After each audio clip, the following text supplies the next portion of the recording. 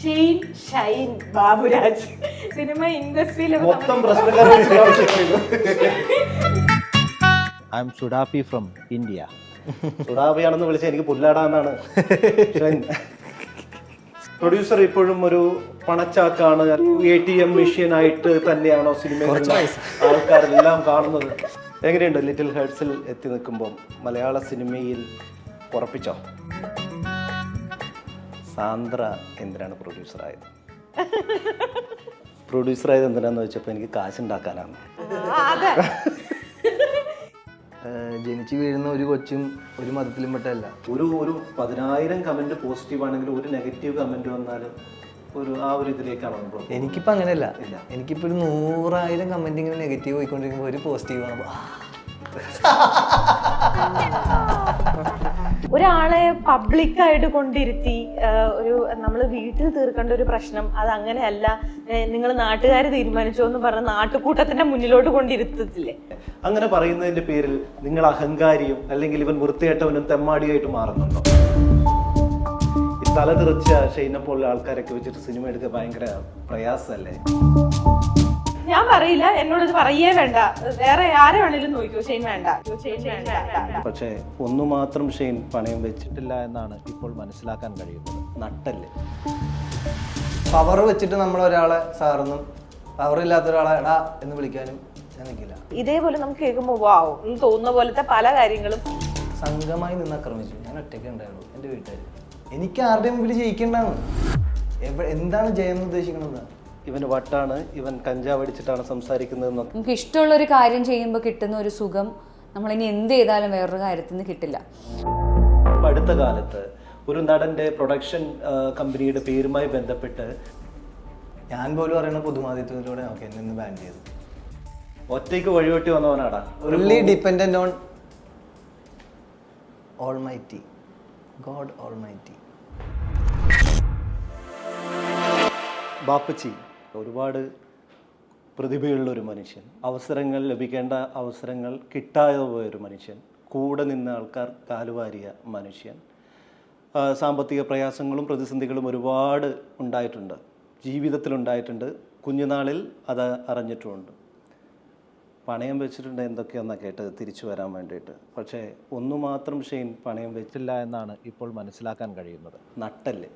ഒരു പക്ഷേ മലയാള സിനിമയിൽ ഇന്ന് ആൾക്കാർ പല അഭിപ്രായങ്ങളുണ്ടാവും, പക്ഷെ അത് പ്രകടിപ്പിക്കാൻ മടിക്കാണിക്കുന്ന ഒരു സമയം കൂടിയാണ്. കാരണം എന്ന് വെച്ച് കഴിഞ്ഞാൽ നമ്മുടെ സ്വന്തം വീട്ടിലേക്കാണ് ഇതൊക്കെ എത്തിച്ചേരുന്നത് എന്നുള്ള ഉത്തമമായ ബോധ്യം ഉണ്ടാകുമ്പോഴും മിണ്ടാതിരിക്കും. കാരണം നാളെ എൻ്റെ സിനിമയ്ക്ക് ആൾ കയറില്ലെങ്കിലോ എന്ന് പേടിച്ചുകൊണ്ട്.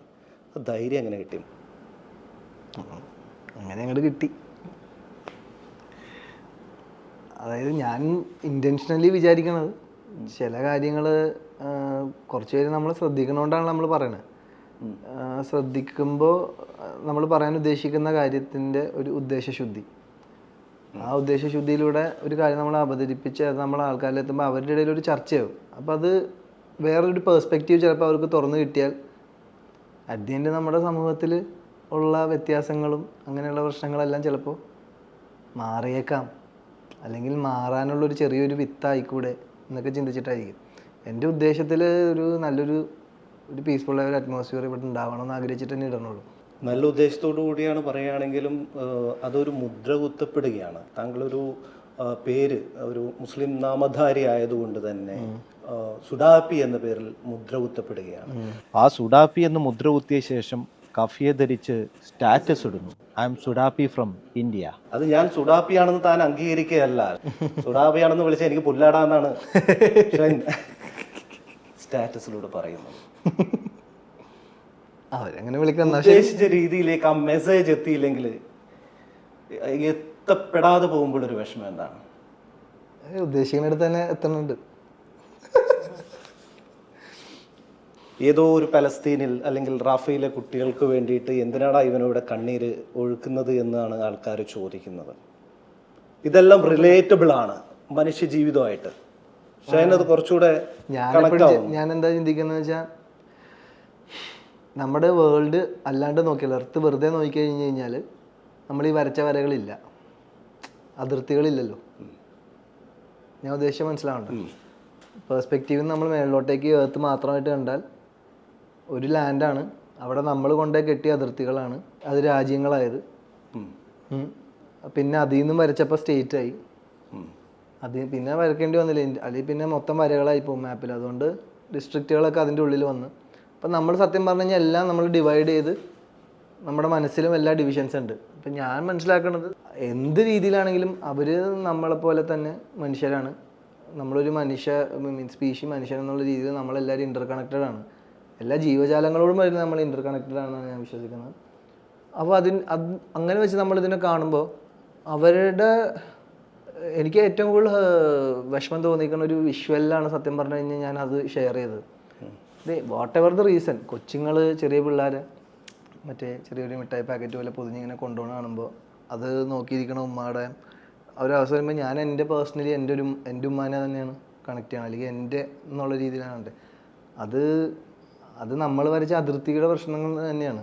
പിന്നെ മനസ്സുകൊണ്ട് നമ്മൾ കെട്ടിയ അതിർത്തികളുമുണ്ട്, മതപരമായിട്ട് നമ്മൾ കെട്ടി വെച്ചിട്ടുണ്ട്. എന്നാൽ നിങ്ങൾ ആലോചിക്കണം, ജനിച്ച് വീഴുന്ന ഒരു കൊച്ചും ഒരു മതത്തിലും പെട്ടല്ല. അവർ വളർന്നു വന്ന സാഹചര്യങ്ങളിലാണ് അവരിന്ന മതമാവുന്നത്, അവർ ഇതിലൂടെ ദൈവത്തിലേക്ക് അടുക്കാൻ ശ്രമിക്കുന്നത് അല്ലേ. അപ്പോൾ ഒരു ഇച്ചിരി കൂടെ വൈഡായിട്ട് ഇതിനെ കണ്ടു കഴിഞ്ഞാൽ നമ്മളെല്ലാവരും ഈക്വലാണ്, ഒന്നാണ്. ആ ഒരു പേഴ്സ്പെക്റ്റീവിലേക്ക് നമുക്ക് എത്താൻ പറ്റണം. അപ്പോൾ നമുക്ക് വളരെ ഈസി ആയിട്ട് പല കാര്യങ്ങളും മനസ്സിലാവും, അല്ലെങ്കിൽ അവരുടെ എല്ലാവരുടെയും വിഷമം എല്ലാവരുടെയും ഈക്വലായിട്ട് നമുക്ക് തോന്നും. അബിയുടെ വീട്ടിൽ ജനിച്ചതുകൊണ്ട് ഷൈൻ നിഗമായി. അപ്പുറത്തെ വീട്ടിലാണെങ്കിൽ ഒരു ക്രിസ്ത്യനായനെ, തൊട്ടപ്പുറത്തെ വീടാണെങ്കിൽ അതൊരു ഹിന്ദുവായി ഞാൻ ജനിക്കില്ലായിരുന്നു. 100% അതിലെന്തെങ്കിലും ഇതുണ്ട്. നമ്മൾ തീരുമാനിച്ചിട്ടല്ലല്ലോ നമ്മൾ ജനിച്ചു വീഴുന്നത്. നമ്മൾ പ്രോഗ്രാമായിട്ട് പോലും അല്ല ജനിക്കണം, നമുക്ക് അറിയുമല്ലോ എന്താ പരിപാടിയാണ്. നമ്മൾ ജനിച്ച ഒരു ദിവസം ഒന്നും പറയാണ്ട് മരിച്ചും പോകുന്നുണ്ട്. ഇതൊക്കെ നമ്മളുടെ കയ്യിലാണ്. ഈ അഭിപ്രായം പറയുമ്പോഴാണ് ഇവന് വട്ടാണ്, ഇവൻ കഞ്ചാവ് അടിച്ചിട്ടാണ് സംസാരിക്കുന്നതെന്നൊക്കെ ആൾക്കാർ അവര് കുറച്ച് പക്വതയിലേക്ക് എത്തേണ്ടിയിരിക്കുന്നു ഈ കാര്യങ്ങൾ മനസ്സിലാക്കണം. നമുക്കിതിന് കുറച്ചുകൂടെ സംസാരിക്കാനുണ്ട്. മഹിമ ഒരു സ്വന്തം നാട്ടുകാരൻ എന്ന നിലയിൽ അഭിമാനിക്കുന്ന ഒരു ആളാണ്, ഞങ്ങളുടെ കാസർഗോഡുകാരിയാണ്.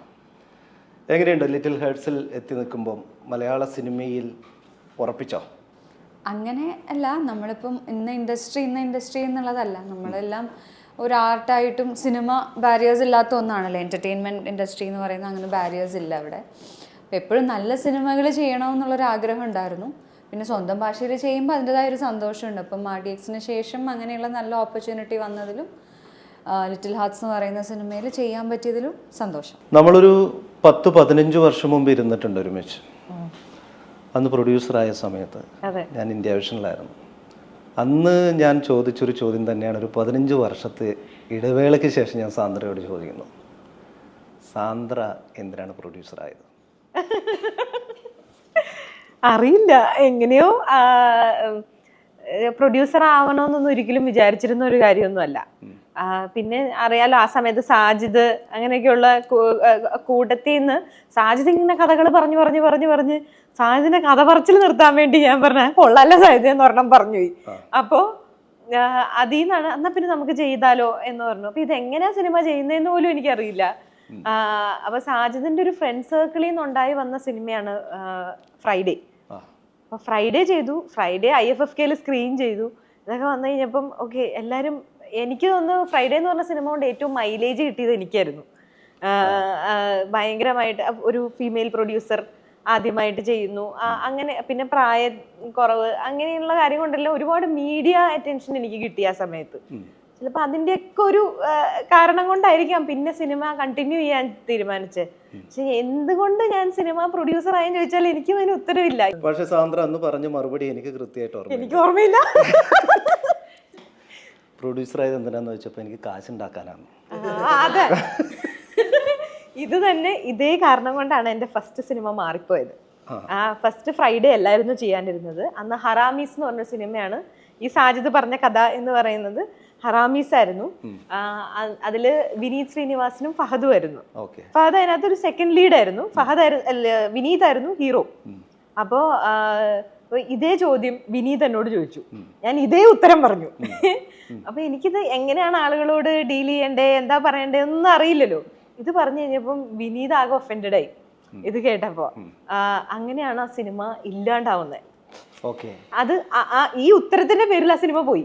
നേരത്തെ പറഞ്ഞു കേട്ടിട്ടുണ്ട് കയ്യിലൊരു ടാറ്റു വെച്ചത്, ആ ടാറ്റു മായ്ച്ച് കളയാൻ കാരണം എനിക്ക് ബ്ലഡ് ഡൊണേറ്റ് ചെയ്യാൻ പറ്റില്ല എന്നുള്ളൊരു അറിവ് മൂലമാണ് ഞാൻ ആ ടാറ്റു മായ്ച്ച് കളയാനുള്ളൊരു കാരണം എന്നുള്ളത്.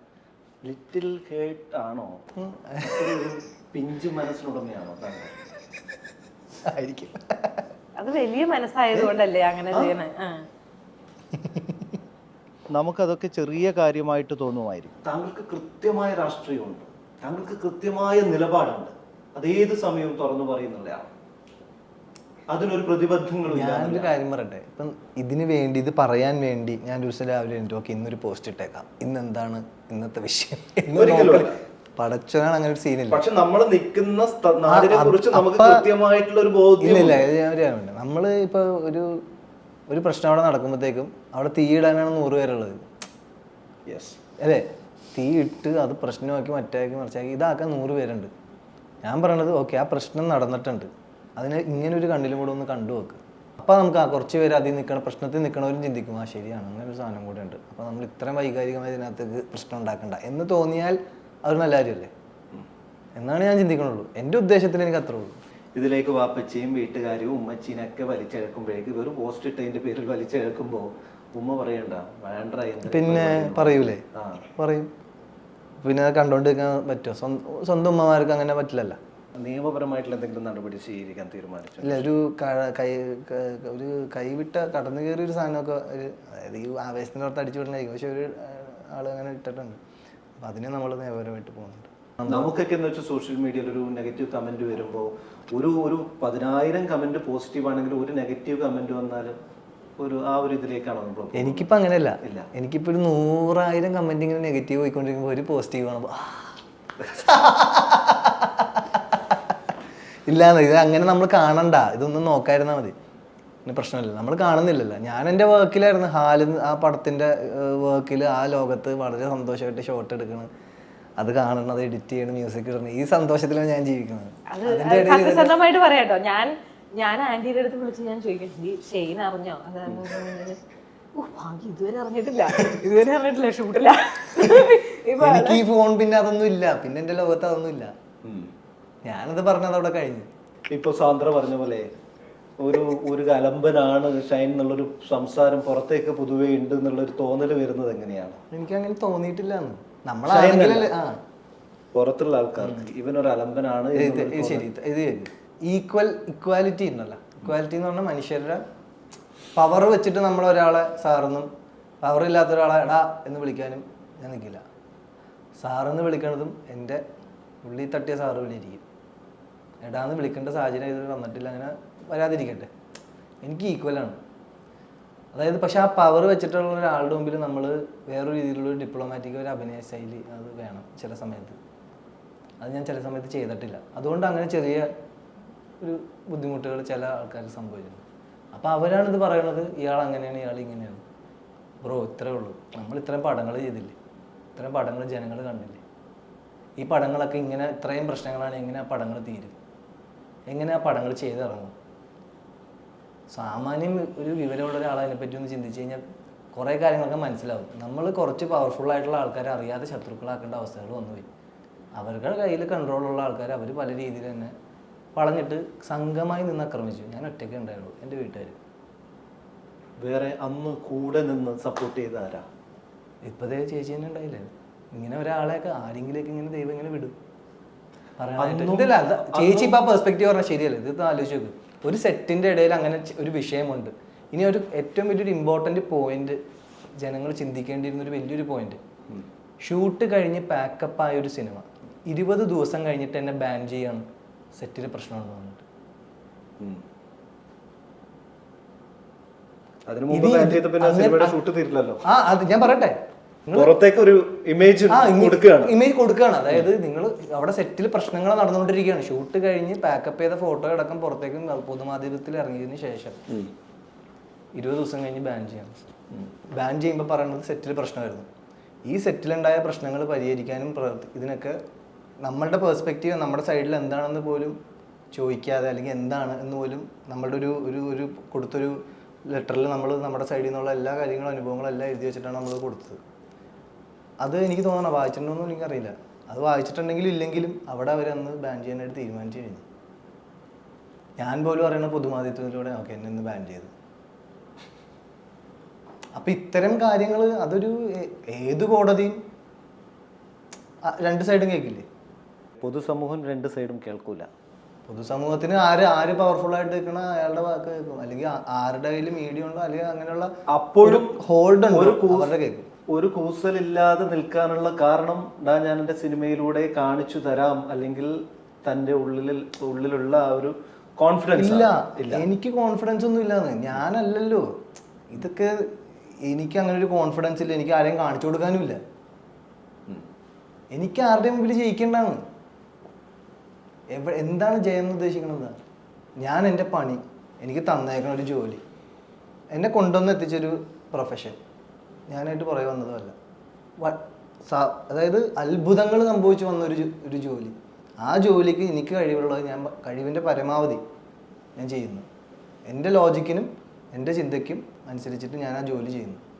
ആ ജോലി ചെയ്തിട്ട് നിങ്ങൾ ജനങ്ങൾക്ക് ഓക്കെ നല്ലതാണോ അല്ലെങ്കിൽ മോശമാണോ അല്ലെങ്കിൽ ആവറേജ് ആണോ എന്താണെന്ന് വെച്ചാൽ സംഭവിക്കണം. ഇത്ര എൻ്റെ ഉള്ളിലുള്ളൂ. ഇതെനിക്ക് ആരെക്കാളും വലുതോ വേണ്ട, എനിക്ക് അങ്ങനത്തെ യാതൊരു വിധ ഒരു പ്രതികാരത്തിൻ്റെ ഒരു അംശം പോലും ഇല്ല, സത്യമായിട്ടില്ല. ഷെയ്ൻ ഒരു പീക്കിലേക്ക് വരുമ്പോഴാണ് പല പ്രൊഡ്യൂസേഴ്സും പ്രശ്നങ്ങൾ ഉണ്ടാക്കിയിട്ടുണ്ടായിരുന്നു. ഈ തലതെറിച്ച ഷെയ്നെ പോലുള്ള ആൾക്കാരൊക്കെ വെച്ചിട്ട് സിനിമ എടുക്കുക ഭയങ്കര പ്രയാസമല്ലേ? എങ്ങനെയാണ് പ്രൊഡ്യൂസർ സഹിച്ചത്? എനിക്ക് ആദ്യം മുതലേ ഷെയ്നെ അറിയോന്ന് എനിക്കറിയില്ല. ഞാൻ ആദ്യം മുതലേ ഷെയ്ൻ്റെ പല ഇന്റർവ്യൂവിലും ഇപ്പൊ ഇവിടെ നിന്ന് സംസാരിച്ചില്ലേ, ഇതേപോലെ നമുക്ക് കേൾക്കുമ്പോൾ വാവ് എന്ന് തോന്നുന്ന പോലത്തെ പല കാര്യങ്ങളും പല ഇന്റർവ്യൂവിലും കേട്ടപ്പം എനിക്ക് തോന്നിയിട്ടുണ്ട്. ഇത്ര ചെറുപ്പത്തില് ഇങ്ങനൊരു, അതായത് നമ്മളൊരു 10-35 വയസ്സാകുമ്പോൾ നമ്മൾ കുറെ എക്സ്പീരിയൻസ് കൂടെ മനസ്സിലാവുന്ന കാര്യം ഒരു ഈ ചെറിയ പ്രായത്തില് കിട്ടിയേക്കുന്ന കാണുമ്പോൾ ഉണ്ടാവുന്ന നമുക്കൊരു അത് എനിക്ക് ഓക്കെ കൊള്ളാലോ ഈ പയ്യൻ, മറ്റുള്ളവരിൽ നിന്ന് വ്യത്യസ്തമായിട്ട് എനിക്ക് അന്നേ തോന്നിയിരുന്നു. ഇതെല്ലാം കഴിഞ്ഞപ്പോഴാണ് ഈ പ്രശ്നം വരുന്നത്. ഈ ഇത് വന്നു കഴിഞ്ഞപ്പോൾ ഞാൻ അവിടെ എന്നെയാ പ്ലേസ് ചെയ്ത്. എനിക്ക് ഞാൻ ഇതേപോലത്തെ ഇഷ്യൂസ് ഫേസ് ചെയ്തിട്ടുണ്ട് പലപ്പോഴും. അപ്പം ഒരു 10 പേരൊക്കെ ഇരുന്ന് നമ്മളെ ഒറ്റയ്ക്ക് ഫ്രൈ ചെയ്യുന്ന പോലത്തെ അവസ്ഥകൾ വന്നിട്ടുണ്ട്. അപ്പം അവിടെ ഒരാളെ പബ്ലിക്കായിട്ട് കൊണ്ടിരുത്തി ഒരു നമ്മൾ വീട്ടിൽ തീർക്കേണ്ട ഒരു പ്രശ്നം അത് അങ്ങനെയല്ല, നിങ്ങൾ നാട്ടുകാർ തീരുമാനിച്ചോ എന്ന് പറഞ്ഞ നാട്ടുകൂട്ടത്തിന്റെ മുന്നിലോട്ട് കൊണ്ടിരുത്തത്തില്ലേ, അങ്ങനെ ചെയ്തതുപോലെ എനിക്ക് ഫീൽ ചെയ്തതുകൊണ്ടാണ് അവിടെ ഞാൻ പ്രതികരിച്ചത്. അന്ന് എനിക്ക് ഇവരെ ആരെയും പരിചയമില്ല. അത് പറഞ്ഞു കഴിഞ്ഞു. അത് കഴിഞ്ഞപ്പോഴാണ് ഷെയ്ൻ്റെ ഉമ്മ എന്നെ വിളിച്ചിട്ട് താങ്ക് യു പറഞ്ഞിട്ട് വിളിച്ചതാണ്. അപ്പം ഞാൻ പറഞ്ഞു എനിക്ക് പറയണമെന്ന് തോന്നിയ ഒരു കാര്യം പറഞ്ഞു. അപ്പം ആന്റി എൻ്റെ അടുത്ത് പറഞ്ഞു ഒരാളെങ്കിലും ഞങ്ങളെ മനസ്സിലാക്കിയ ഒരാളുണ്ടല്ലോ എന്ന് പറഞ്ഞിട്ട് ഇങ്ങനെ പറഞ്ഞു. അതവിടെ വിട്ടു, കാര്യം കഴിഞ്ഞു. ഇതെല്ലാം കഴിഞ്ഞിട്ട് ഈ സിനിമ വരുന്നു. ഈ സിനിമ വേറൊരു നായകനായിരുന്നു. വേറെ പല കാരണങ്ങൾ കൊണ്ട് അതൊക്കെ മാറി. ഇതിന്റെ ഡയറക്ടേഴ്സ് വന്നിട്ട് എൻ്റെ അടുത്ത് പറഞ്ഞു ഇതിന് ഷെയ്ൻ കറക്റ്റ് ആയിരിക്കും ഈ ക്യാരക്ടർ. കാര്യം ഷെയ്ൻ എപ്പോഴും ഭയങ്കര മൂഡി ആയിട്ടുള്ള ക്യാരക്ടേഴ്സ് ആണല്ലോ ചെയ്തേക്കുന്നത്. അപ്പൊ ഈ സിനിമയ്ക്ക് അന്ന് ഷെയ്നെ സപ്പോർട്ട് ചെയ്തതും ഇതെല്ലാം ഇതിനു വേണ്ടിയിട്ടായിരുന്നു എന്ന് എല്ലാരും പറയും. അതുകൊണ്ട് തന്നെ ഞാൻ പറയില്ല, എന്നോട് ഇത് പറയേ വേണ്ട, വേറെ ആരെ വേണേലും നോക്കിയോ, ഷെയ്ൻ വേണ്ട, ഇതിന് വേണ്ടെന്ന് പറഞ്ഞു. അപ്പൊ അവര് പറഞ്ഞു ചേച്ചി ഞങ്ങളായിട്ട് സംസാരിച്ചോട്ടെ, ഞങ്ങൾക്ക് വേണം, ഞങ്ങൾക്ക് എങ്ങനെയും കിട്ടിയാൽ കൊള്ളാമെന്നുണ്ട്, ഞങ്ങളായിട്ട് സംസാരിച്ചോട്ടെ എന്നൊക്കെ പറഞ്ഞു. ഞാൻ പറഞ്ഞു ഒരു കാര്യം ചെയ്യും, ഞാൻ പറയാം, ഷെയ്ൻ ഇഷ്ടമുണ്ടെങ്കിൽ എടുക്കട്ടെ. അങ്ങനെയാണ് ഇത്. അപ്പൊ ഞാൻ വിളിച്ചു പറയുമ്പോഴും ഞാൻ പറഞ്ഞു ഇത് മറ്റേ കാരണം ഇതിനകത്തൊരു തരത്തിലും അത് നോക്കണ്ട, ഇഷ്ടപ്പെട്ടെങ്കിൽ സ്ക്രിപ്റ്റ് ഇഷ്ടപ്പെട്ടെങ്കിൽ മാത്രം ചെയ്താൽ മതി എന്ന് പറഞ്ഞിട്ടാണ് അയക്കുന്നത്. അന്ന് ആർഡിക്സ് ഒന്നും ഇറങ്ങിയിട്ടില്ല, അതിനൊക്കെ 3-4 മാസം മുമ്പാണ്. ഈ ഒരു സിനിമയുടെ സമയത്താണ് ഇപ്പം ഇദ്ദേഹം സമൂഹ മാധ്യമത്തിലൂടെ പങ്കുവച്ച പോസ്റ്റുകളിൽ വിമർശനങ്ങളും വിദ്വേഷമായ രീതിയിൽ അത് വളച്ചൊടുക്കുകയൊക്കെ ചെയ്യുന്നത്. ഒരു പ്രൊഡ്യൂസർ എന്ന നിലയിൽ തലവേദനയാണോ? അല്ല, എനിക്ക് അങ്ങനെ തോന്നിയില്ല. ഞാനും ഇതേപോലെ ഭയങ്കര ഓപ്പൺ ആയിട്ട് നമുക്ക് മനസ്സിൽ തോന്നുന്ന കാര്യം ഈ പറഞ്ഞതുപോലെ തന്നെ ഞാനും അന്ന് എനിക്ക് അസോസിയേഷനൊക്കെ എനിക്ക് അഗെയിൻസ്റ്റ് ആയി, കൂടെ നിന്ന് തൊഴുത്തി കുത്തി എന്നൊക്കെ പറഞ്ഞിട്ടൊക്കെ. പക്ഷെ നമുക്ക് പറയേണ്ട കാര്യം പറയേണ്ട സമയത്ത് പറയണ്ടേ? നമ്മളെ കേൾക്കുന്ന അതായത് ആളുകളുള്ളപ്പം ഒരു 10 പേര് ഒരു കാര്യം പറഞ്ഞാൽ അത് സത്യമാണോന്നുണ്ടോ? ഒരാളെങ്കിലും ശരിയല്ല എന്ന് പറയുന്നത് ഉണ്ടാവണ്ടേ? ഒന്ന് മാറി ചിന്തിക്കാൻ. ഇപ്പൊ ഷെയ്ൻ പറഞ്ഞതുപോലെ തന്നെ ഒരാൾക്ക് ഇതും ശരിയാണല്ലോ, ഈ പറയുന്നത് ശരിയാണല്ലോ എന്ന് ഒരാൾക്ക് തോന്നണമെങ്കിൽ അതൊരാൾ പറയണം. പറയേണ്ട കാര്യം പറയേണ്ട സമയത്ത് പറയാൻ മടിക്കുന്നു ആൾക്കാർ. ആ സമയത്ത് പറയുമ്പോൾ തന്നെ കൂടെ നിൽക്കുന്നവർ പിൻവാങ്ങുന്നു. കാരണം എല്ലാവർക്കും നിലനിൽപ്പാണ് പ്രശ്നം. അതുകൊണ്ട് ഉള്ളിൽ വെച്ച് കഴിയല്ലേ. അങ്ങനെ പറയുന്നതിന്റെ പേരിൽ നിങ്ങൾ അഹങ്കാരിയും അല്ലെങ്കിൽ ഇവൻ വൃത്തികെട്ടവനും തെമ്മാടിയായിട്ട് മാറുന്നുണ്ടോ? അത് നമ്മൾ ബോധർ ചെയ്യുന്നില്ല. അതുകൊണ്ട് സ്വന്തം കൂട്ടത്തിലുള്ളവര് അങ്ങനെ ഒരു മുദ്ര കുത്തുന്നുണ്ടോ? അഭിപ്രായം പറയുന്നവനെ ഉണ്ടോ? ഷൈനുണ്ടോ? എൻ്റെ കൂടെ തന്നെ ആരും ഇല്ലല്ലോ. ആരുമില്ല. ഒറ്റയ്ക്ക് വഴിവെട്ടി വന്നവനാടാ. ആരും കൂടെ ഉണ്ട് അല്ലെങ്കിൽ ഇൻഡിപെൻഡന്റ് അല്ല, only dependent on almighty, God almighty. വേറെ ഒന്നുമില്ല. പിന്നെ ആളുകളുടെ ഒരു വിചാരമേ ഷെയ്ൻ ഒരു പ്രശ്നക്കാരനാണ് എന്നുള്ളതാണ്. അപ്പൊ അത് എല്ലാരും എന്നോടും ചോദിക്കാറുണ്ട്, അയ്യോ എങ്ങനെ ചെയ്തു സിനിമ. പിന്നെ എന്റെ ഈ പടത്തിലാണെങ്കിൽ ഷെയ്ൻ, ഷൈൻ, ബാബുരാജ്, അങ്ങനെ സിനിമ ഇൻഡസ്ട്രിയിൽ വേറെ ആളുണ്ട്. അപ്പൊ അത് പുറത്ത് പറയാൻ പറ്റാത്ത പുറത്തേക്ക് പ്രശ്നക്കാരായിട്ട് കാണുന്നുണ്ടാവില്ലല്ലേ. അപ്പം ഇത് ഇങ്ങനെ എല്ലാരെയും കൂടെ വെച്ച് കറക്റ്റ് ഈ പടത്തിൽ തന്നെ എല്ലാരും കൂടെ വന്നു, ഇത് എങ്ങനെ പറ്റി എന്നൊക്കെ ചോദിച്ചു. പക്ഷെ ഈവൻ ബാബുചേട്ടൻ തന്നെ എന്നെ വിളിച്ചിട്ട് പറഞ്ഞു, ഓ ഇതില് ഗോളടിച്ച് എന്ന് പറഞ്ഞു, എല്ലാരും ഉണ്ടല്ലോ. പക്ഷെ ഇതില് എനിക്ക് അങ്ങനെ ഒരു ആർട്ടിസ്റ്റിന്റെ സൈഡിൽ നിന്ന് ഒരു പ്രശ്നമേ വന്നിട്ടില്ല എന്നുള്ളത്. എനിക്ക് പ്രശ്നം എന്നല്ല, ആ ഏരിയയിൽ ഞാൻ കൂളായിരുന്നു. പണം, പ്രശസ്തി, അതിനപ്പുറം സിനിമയിൽ നിന്ന് കിട്ടുന്ന ഒരു സംതൃപ്തി എന്താ? സിനിമ എന്നുള്ളതല്ല, ഇപ്പം നമുക്ക് എല്ലാവർക്കും അവരവരുടേതായ ഒരു ഇൻട്രസ്റ്റ് ഉണ്ടാവുമല്ലോ. ഇപ്പം എനിക്ക് സിനിമയാണ്, അതുപോലെ ഇപ്പം ചിലർക്ക് ചിത്രം വരയ്ക്കാനായിരിക്കും ഇഷ്ടം, ചിലർക്ക് പാട്ട് പാടാനായിരിക്കും ഇഷ്ടം. നമുക്ക് ഇഷ്ടമുള്ള ഒരു ജോലി അല്ലെങ്കിൽ നമുക്ക് ഇഷ്ടമുള്ള ഒരു കാര്യം ചെയ്യുമ്പോൾ കിട്ടുന്ന ഒരു സുഖം നമ്മളിനി എന്ത് ചെയ്താലും വേറൊരു കാര്യത്തിൽ നിന്ന് കിട്ടില്ല. അപ്പം എനിക്ക് ഭയങ്കര ആഗ്രഹമായിരുന്നു സിനിമയിൽ അഭിനയിക്കണം എന്നുള്ള. സിനിമ പാഷനായിരുന്നു. അപ്പം ചെറുപ്പം ഞാൻ വരുന്ന ബാക്ക്ഗ്രൗണ്ട് എന്ന് പറഞ്ഞാൽ സിനിമയിൽ അങ്ങനെ ആരും ഇല്ല. അല്ലെങ്കിൽ ഇപ്പോൾ കാസർഗോഡ് ആണെങ്കിൽ തന്നെ അങ്ങനെ ഒരു എന്താ പറയുക, നമ്മൾ പ്രോപ്പറായി ലീഡ് ചെയ്യാനോ അല്ലെങ്കിൽ ഗൈഡ് ചെയ്യാനോ ഒന്നും ആരും ഇല്ലാത്തൊരു സ്ഥലമാണ്. അങ്ങനെ ഇപ്പോഴാണ് എനിക്കൊന്ന് മലബാർ ഏരിയാസിലൊക്കെ വെരി റീസെൻ്റ്ലി ആണ് സിനിമ വരുന്നതൊക്കെ. അപ്പം ഞാൻ സ്റ്റാർട്ട് ചെയ്യുന്ന സമയത്ത് അങ്ങനെയൊന്നും ഇല്ല. പക്ഷേ എനിക്ക് ഭയങ്കര ആഗ്രഹമായിരുന്നു സിനിമയിൽ വരണമെന്നുള്ളത്. അപ്പം ഞാൻ മനസ്സിൽ വിചാരിച്ച കാര്യം എന്താണെന്ന് പറഞ്ഞാൽ, ഞാനിനിയിപ്പം ആ സമയത്ത് എൻജിനീയറിങ്ങിനൊക്കെ ഞാൻ പ്രിപ്പയർ ചെയ്യുന്നുണ്ട്, ഞാൻ പിന്നെ എൻട്രൻസ് ടെസ്റ്റ് എഴുതുന്നുണ്ട്, എല്ലാം ചെയ്യുന്നുണ്ട്. പക്ഷെ ഇതൊക്കെ ചെയ്യുമ്പോഴും എനിക്കറിയാം, ഐ ന്യൂ സംവെയർ ദറ്റ് എനിക്ക് സിനിമ ചെയ്യുമ്പോൾ അല്ലെങ്കിൽ എനിക്ക് ഇഷ്ടമുള്ള ഒരു കാര്യം ചെയ്യുമ്പോൾ കിട്ടുന്ന സന്തോഷം എനിക്കിപ്പോൾ ഈ പ്രൊഫഷനിൽ കിട്ടാൻ പോകുന്നില്ല എന്നുള്ള നല്ല ധാരണയോടുകൂടെ തന്നെയാണ് ഞാൻ ഈ പ്രിപ്പറേഷനൊക്കെ നടത്തിക്കൊണ്ടിരുന്നത്. അങ്ങനെ ഇരിക്കുകയാണ് എനിക്കൊരു ഓപ്പർച്യൂണിറ്റി വരുന്നതും ഞാൻ സിനിമയിൽ വരുന്നത്. അപ്പോൾ നമുക്ക് ഇഷ്ടമുള്ളൊരു ജോലി ചെയ്യുമ്പോൾ നമുക്ക് ബാക്കിയൊക്കെ സെക്കൻഡറിയാണ്. നമുക്ക് ഒരുപാട് ചിലപ്പം പല പ്രോജക്ട്സിലും ഒരുപാട് പൈസ ഓഫർ ചെയ്യുമായിരിക്കും, അല്ലെങ്കിൽ വലിയൊരു ടീമിൻ്റെ കൂടെ വർക്ക് ചെയ്യാനുള്ളൊരു ഓപ്പർച്യൂണിറ്റി വരുമായിരിക്കും, വലിയ ഹീറോസിൻ്റെ കൂടെ വർക്ക് ചെയ്യാനുള്ള ഓപ്പർച്യൂണിറ്റി വരുമായിരിക്കും. പക്ഷേ ക്യാരക്ടർ ഒന്നും ഇല്ലയെന്ന് കാണുമ്പോൾ അൾട്ടിമേറ്റ്ലി എല്ലാ ആക്ടറിനും വേണ്ടത് പെർഫോം ചെയ്യാനുള്ള ഒരു ക്യാരക്ടറാണ്. അപ്പം അങ്ങനെ വരുമ്പോൾ നമുക്ക് എല്ലാം ഈ കാര്യങ്ങളൊക്കെ സെക്കൻഡറിയാണ്. അപ്പോൾ എനിക്ക് തോന്നുന്നു പാഷനേറ്റായി വർക്ക് ചെയ്യാൻ ആഗ്രഹിക്കുന്ന എല്ലാവർക്കും സിനിമ അഭിനയിക്കുക, നല്ല ക്യാരക്ടർ ചെയ്യുക എന്നുള്ളത് മാത്രമായിരിക്കും പ്രയോറിറ്റി. അവിടെ പൈസയോ അല്ലെങ്കിൽ വലിയ ടീമോ അല്ലെങ്കിൽ ഇന്ന ഭാഷയോ ഒന്നും പ്രയോറിറ്റി ആയിരിക്കില്ല. അപ്പം ഞാനും അങ്ങനെ ഫോളോ ചെയ്യുന്ന ഒരാളാണ്, അല്ലാതെ സിനിമയിൽ വന്ന് ഒരുപാട് കാശുണ്ടാക്കണം അങ്ങനെയൊന്നും വിചാരിക്കുന്ന ആളല്ല. സന്ദ്ര, ഒരു ജെൻഡർ ഈക്വാലിറ്റി എങ്ങനെയാണ് സിനിമയിൽ? ഒരു സീനിയറാണ് എന്ന് പറയാലോ, ഈ ഒരു സ്ത്രീ പ്രൊഡ്യൂസർ, പുരുഷ പ്രൊഡ്യൂസർ, അവർക്കുള്ളൊരു ഗുണം നമുക്കത് കിട്ടാതെ പോകുന്നു, അങ്ങനെ എന്തെങ്കിലും ഉണ്ടോ സിനിമയ്ക്കകത്ത്? ഇപ്പൊ അത് ഇച്ചിരി കൂടുതലാണെന്ന് തോന്നുന്നു. കൂടുതലാണ്. ഇപ്പൊ പണ്ട് എനിക്ക് തോന്നുന്നു, പണ്ട് ഞാൻ പറഞ്ഞില്ലേ, പണ്ട് എനിക്ക് ഒരുപാട് അഡ്വാൻറ്റേജസ് കിട്ടിയിട്ടുണ്ട്. ഒരു സ്ത്രീ ഫീമെയിൽ പ്രൊഡ്യൂസർ ഒറ്റയ്ക്ക് നിന്ന് സിനിമ ചെയ്യുന്നു എന്നൊക്കെ ഉള്ളത് കൊണ്ടൊക്കെ പണ്ട് ഒത്തിരി.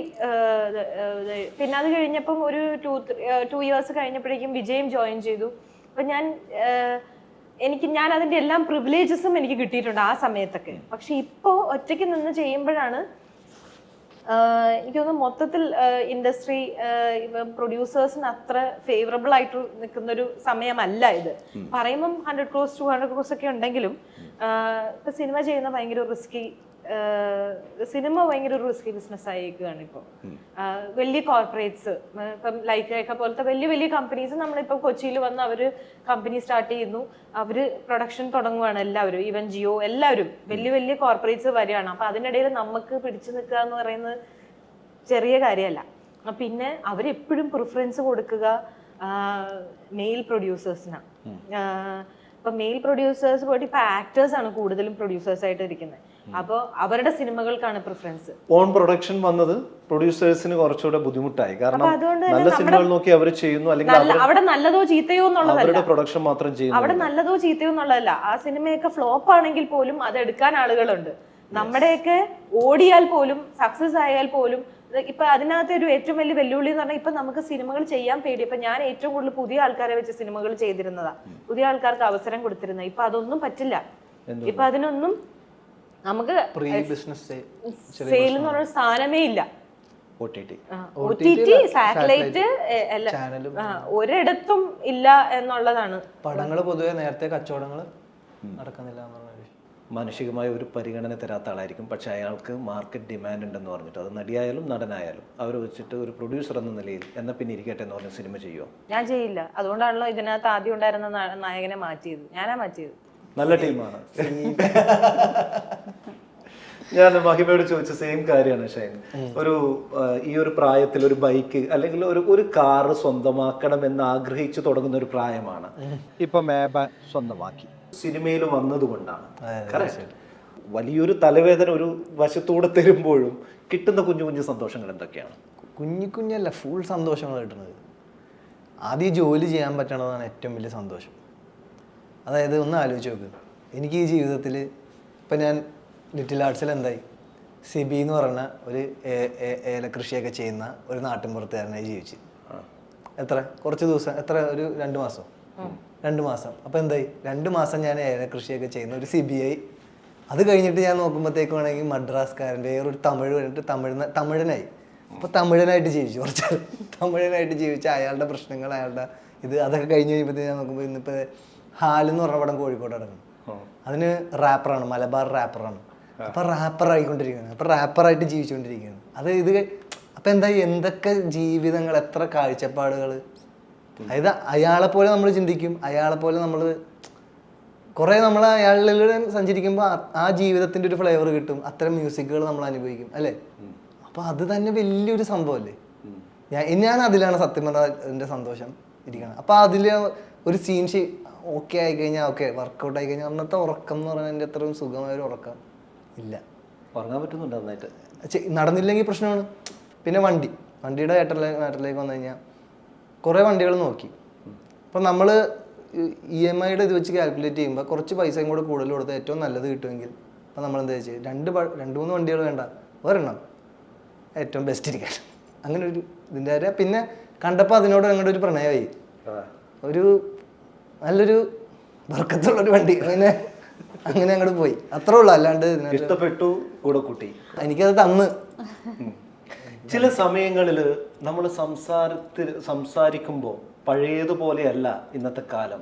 ചില കാര്യങ്ങൾ സംസാരിക്കുമ്പോൾ നാക്കിൽ ഗുളികം കയറുക എന്നൊക്കെ പറയാറില്ലേ, ശ്രദ്ധിക്കേണ്ടതായിട്ട് തോന്നിയിട്ടുണ്ടോ? ഇപ്പൊ അടുത്ത കാലത്ത് ഒരു നടന്റെ പ്രൊഡക്ഷൻ കമ്പനിയുടെ പേരുമായി ബന്ധപ്പെട്ട് താങ്കൾ പറഞ്ഞ ഒരു വാക്ക്, അത് പക്ഷേ ഏതൊക്കെ രീതിയിലാണ് പ്രചരിച്ചത് എന്നുള്ളതാണ്. അതെ തീർച്ചയായിട്ടും. വലിയ അലമ്പായ അല്ല. ഇത് സത്യം പറഞ്ഞു കഴിഞ്ഞാൽ ആ ഇൻ്റർവ്യൂയുടെ ഒരു മൊത്തമായിട്ട് കണ്ടു കഴിഞ്ഞാൽ എൻ്റെ ഒരു വൈബ് മനസ്സിലാവും. നമ്മൾ കുറേ തമാശകളിലൂടെ പോയിക്കൊണ്ടിരുന്ന ഒരു ഇൻ്റർവ്യൂവിൽ വന്നൊരു ചെറിയൊരു, ഇപ്പം നമ്മൾ സുഹൃത്തുക്കളായിട്ടിരിക്കുമ്പോൾ, നമ്മളുടെ ഫ്രണ്ട്സിൻ്റെ ആയിട്ടിരിക്കുമ്പോൾ നമ്മളറിയാതെയൊക്കെ പറഞ്ഞു പോകണം ചെറിയ നുറുങ്ങ് തമാശകളുടെ പോലെ പോകുന്നൊരു പരിപാടിയായിട്ട് അപ്പം അറിയാണ്ട് വീണ് പോയതാണ്. പക്ഷെ അത് സംഭവിച്ചപ്പോൾ ഞാൻ ഓർത്ത് അതൊരു തമാശയായിരിക്കും, അതൊരു ട്രോളായിരിക്കും, ആ പരിപാടിയിൽ പോകുന്ന ഓർത്ത്. പക്ഷെ ഇതിന് ഈ ആംഗിളിലേക്ക് ചിന്തിക്കാനായിട്ട് എന്താണ് കണക്ഷൻ എന്ന് ഞാൻ പിന്നെ ആലോചിക്കുമ്പോഴത്തേക്കും ഓക്കെ, മതം നിഗമാണ്. മറ്റേ ഇരിക്കുന്ന ആള് ഞാനപ്പോ ആലോചിച്ചേ മുകുന്ദനാണ്. ഈ വിഷയമില്ല അവിടെ. മമ്മൂട്ടിയും മോഹൻലാലും സുരേഷ് ഗോപിയും ജീവിക്കുന്ന ഒരു നാടായിരുന്നു ഇത്.